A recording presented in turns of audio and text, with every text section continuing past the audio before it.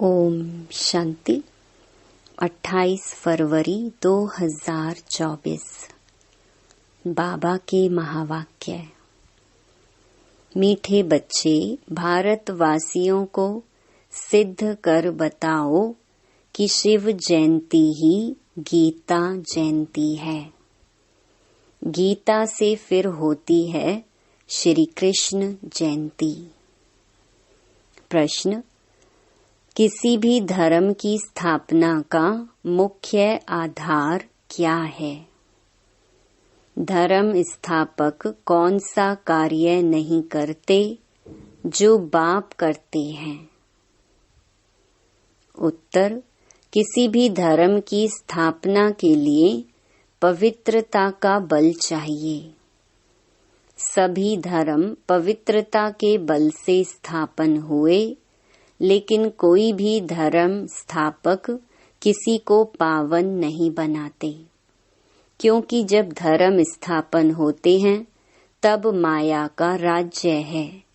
सबको पतित बनना ही है। पतितों को पावन बनाना यह बाप का ही काम है। वही पावन बनने की श्रीमत देते हैं। गीत: इस पाप की दुनिया से दूर कहीं ले चल। ओम शांति। अब बच्चों ने समझ लिया है कि पाप की दुनिया किसको और पुण्य की दुनिया अथवा पावन दुनिया किसको कहा जाता है। वास्तव में पाप की दुनिया यह भारत ही है, और भारत ही फिर पुण्य की दुनिया स्वर्ग बनता है। भारत ही बहिष्ट था, भारत ही दोजक बना है, क्योंकि काम चिता पर जलते रहते हैं। वहाँ काम चिता पर कोई जलता नहीं, वहाँ काम चिता है ही नहीं। ऐसे भी नहीं कहेंगे कि सतयुग में काम चिता है। यह समझने की बातें हैं ना। पहले पहले प्रश्न उठता है, भारत जो पतित दुखी है, सो वही भारत पावन सुखी था जरूर। कहते भी हैं आदि सनातन हिंदू धर्म था। अब आदि सनातन किसको कहा जाता है? आदि माना क्या और सनातन माना क्या? आदि माना सतयुग। तो सतयुग में कौन थे? यह तो सबको मालूम है कि लक्ष्मी नारायण थे। जरूर वे भी किसकी संतान होंगे, जो फिर सतयुग के मालिक बने। सतयुग स्थापन करने वाला था परम पिता परमात्मा। उनकी संतान थी, परंतु इस समय अपने को उनकी संतान नहीं समझते। अगर संतान समझते तो बाप को जानते, बाप को तो जानते ही नहीं। अब हिंदू धर्म तो गीता में है नहीं। गीता में तो भारत नाम पड़ा है, वह कहलाते हैं हिंदू महासभा। अब श्रीमद् भगवत गीता है सर्वशास्त्रमयी शिरोमणि। गीता जयंती भी मनाई जाती है, शिव जयंती भी मनाई जाती है। अब शिव जयंती कब हुई है, यह भी मालूम होना चाहिए। फिर है श्री कृष्ण जयंती। अभी तुम बच्चे जान चुके हो कि शिव जयंती के बाद है गीता जयंती। गीता जयंती के बाद है श्री कृष्ण जयंती। गीता जयंती से ही देवी देवता धर्म की स्थापना होती है। फिर गीता जयंती के साथ महाभारत का भी कनेक्शन है। उसमें फिर आती है युद्ध की बात।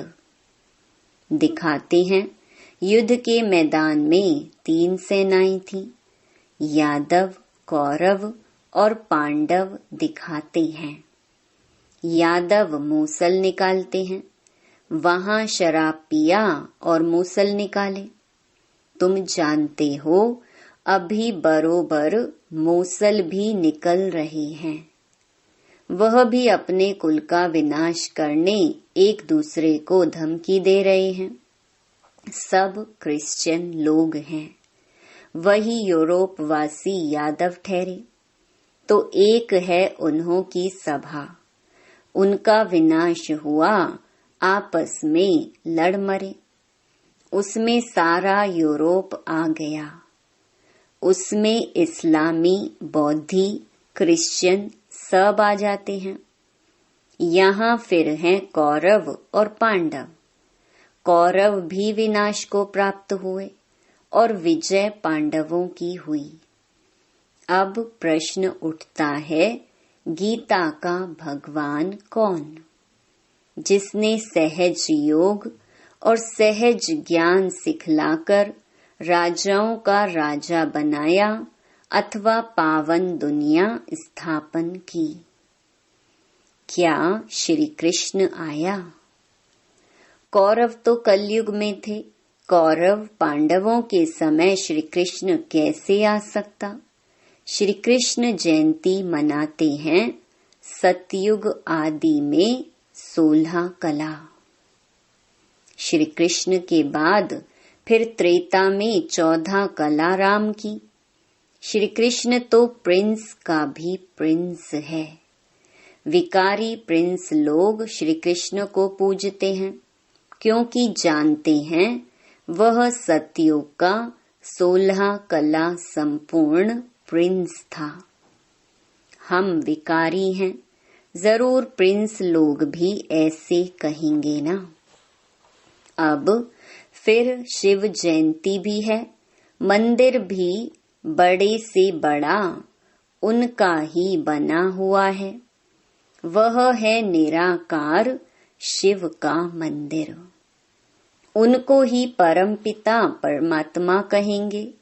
ब्रह्मा, विष्णु, शंकर भी देवता ही ठहरे। शिव जयंती भारत में ही मनाई जाती है। अब देखो शिव जयंती आने वाली है। सिद्ध कर समझाना है, शिव को ही कहा जाता है ज्ञान का सागर, अर्थात सृष्टि को पावन करने वाला परम पिता परमात्मा। गांधी भी गाते थे, श्री कृष्ण का नाम नहीं लेते थे। अब प्रश्न उठता है, शिव जयंती सो गीता जयंती या श्री कृष्ण जयंती सो गीता जयंती? अब श्री कृष्ण जयंती तो सतयुग में कहेंगे। शिव की जयंती कब हुई थी किसको पता नहीं। शिव तो है निराकार परम पिता परमात्मा। उसने सृष्टि रची संगम पर। सतयुग में था श्री कृष्ण का राज्य, तो जरूर पहले शिव जयंती होगी।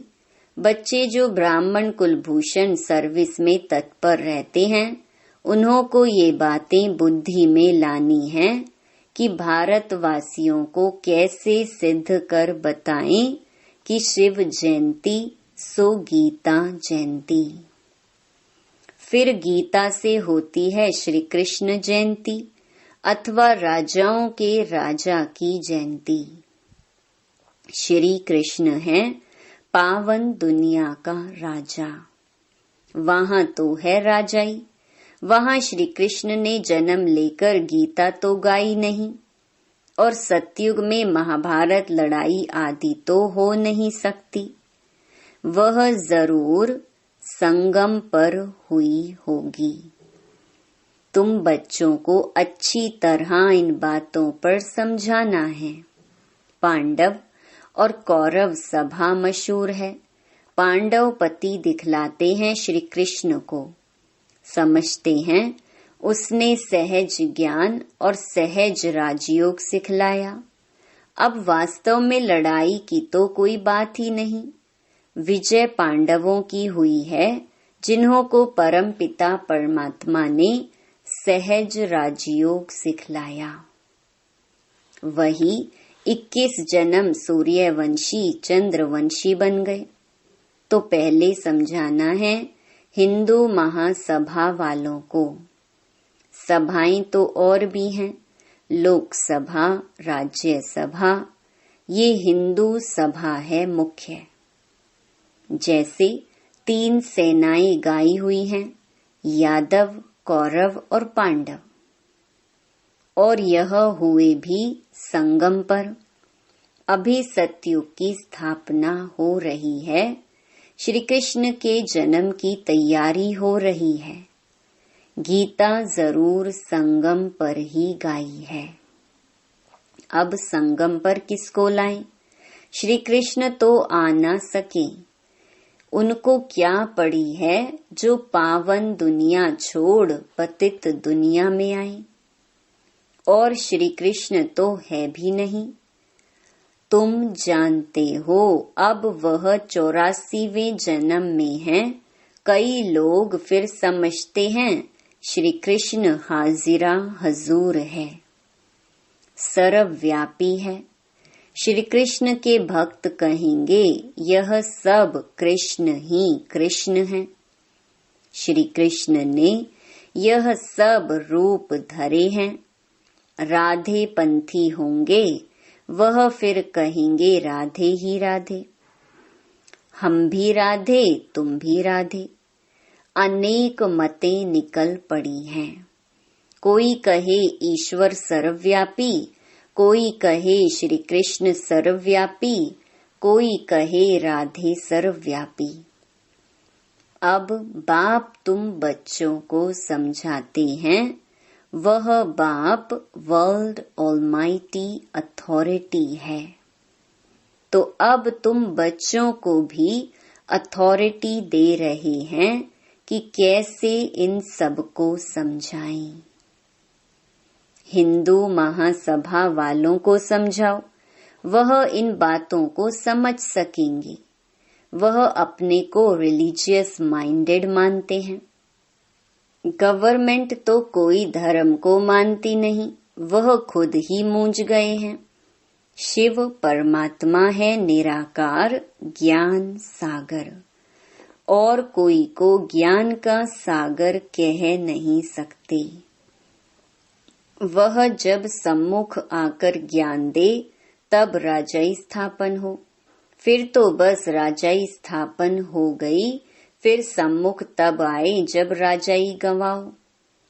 तो तुमको सिद्ध करना है शिव परमात्मा है निराकार ज्ञान सागर। शिव जयंती सो गीता जयंती, इस पर नाटक बनाने हैं जो मनुष्यों की बुद्धि से श्री कृष्ण की बात निकल जाए। निराकार शिव परमात्मा को ही पतित पावन कहा जाता है।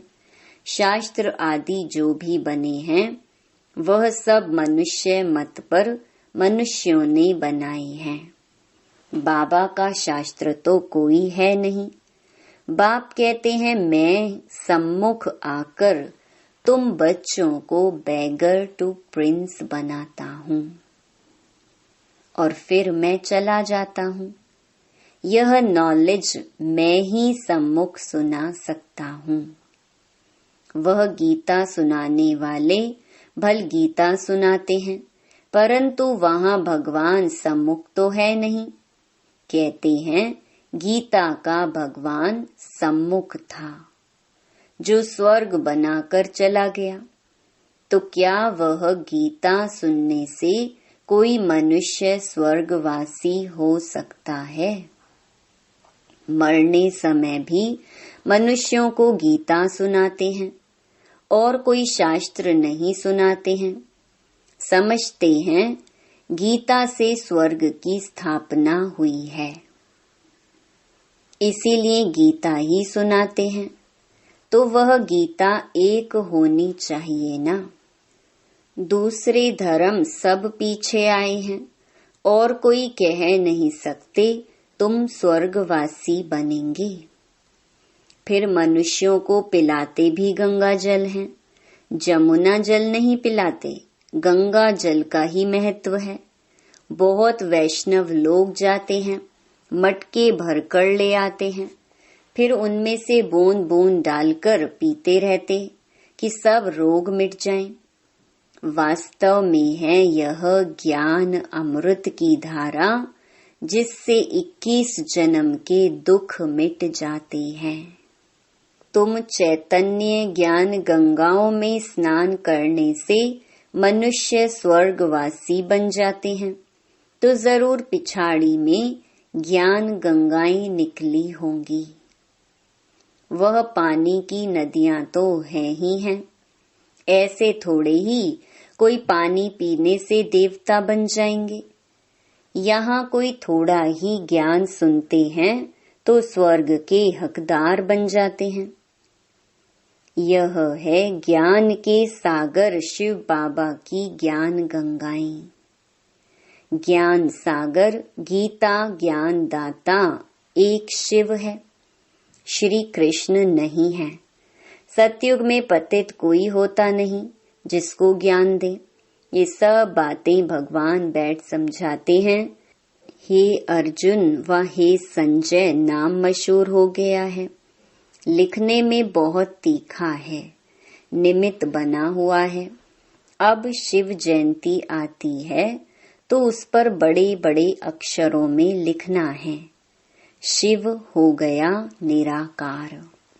उनको ज्ञान सागर ब्लिसफुल कहा जाता है। श्री कृष्ण को नॉलेजफुल ब्लिसफुल नहीं कहेंगे। शिव परमात्मा ही नॉलेज देते हैं, रहम करते हैं।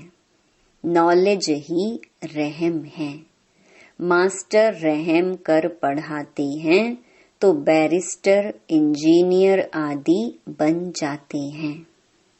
सतयुग में ब्लिस की दरकार नहीं, तो पहले पहले सिद्ध करना है कि निराकार ज्ञान सागर शिव जयंती सो गीता जयंती व सतयुगी साकार श्री कृष्ण जयंती सो गीता जयंती।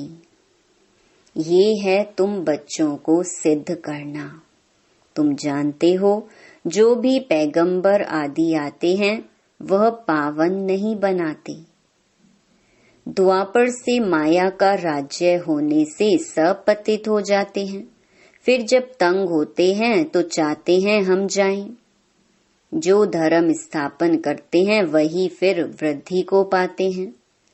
पवित्रता के बल से धर्म स्थापन करते हैं, फिर अपवित्र बनना ही है। मुख्य हैं 4 धर्म, इनसे ही वृद्धि होती है, टाल टालियां निकलती हैं।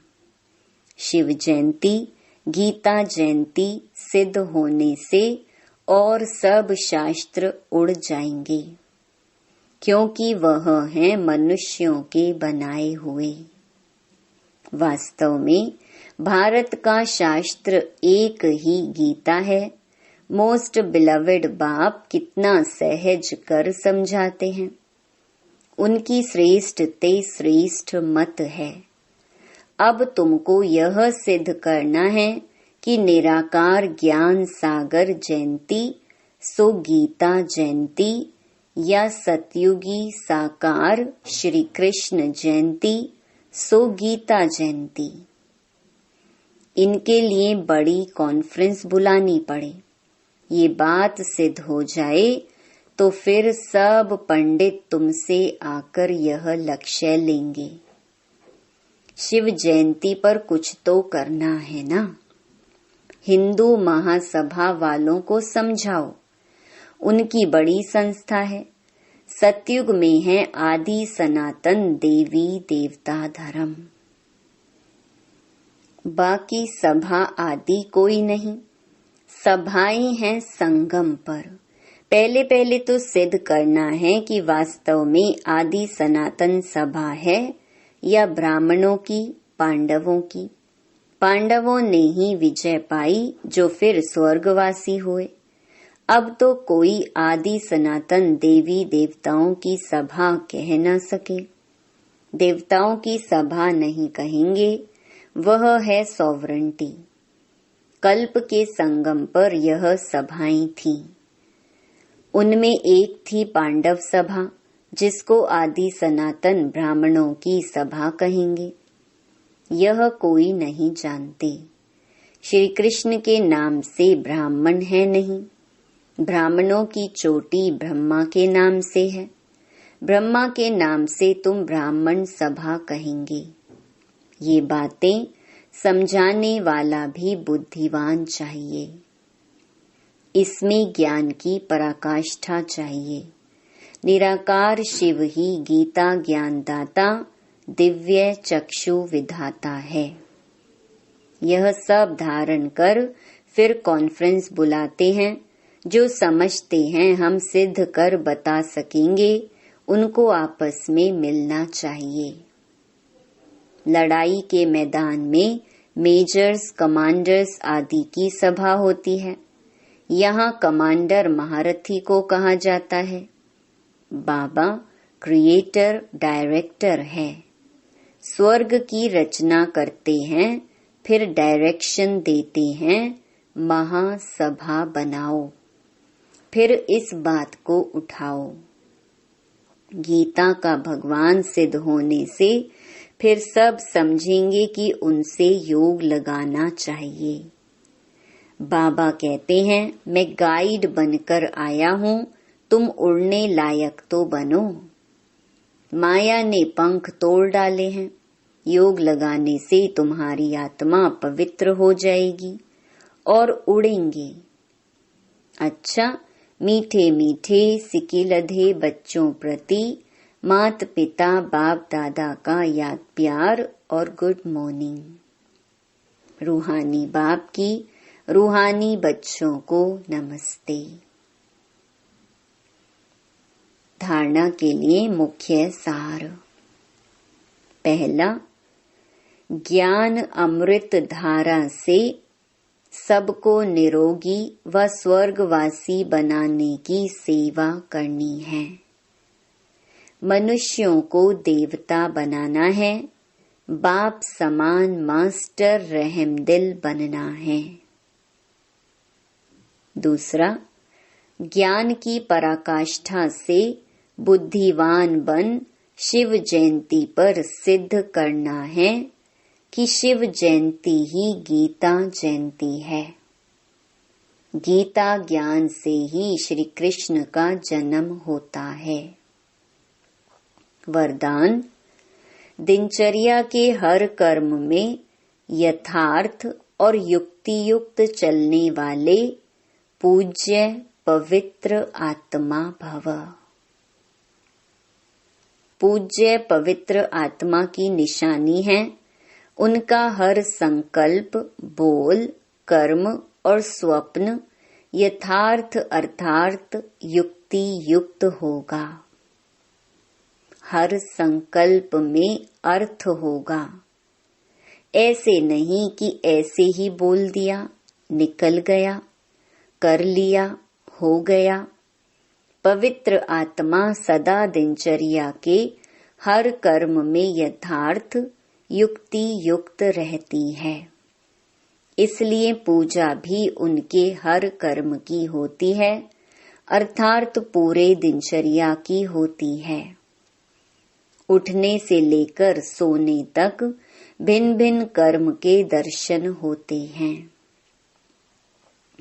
स्लोगन, सूर्यवंशी बनना है तो सदा विजयी और एकरस स्थिति बनाओ। ओम शांति।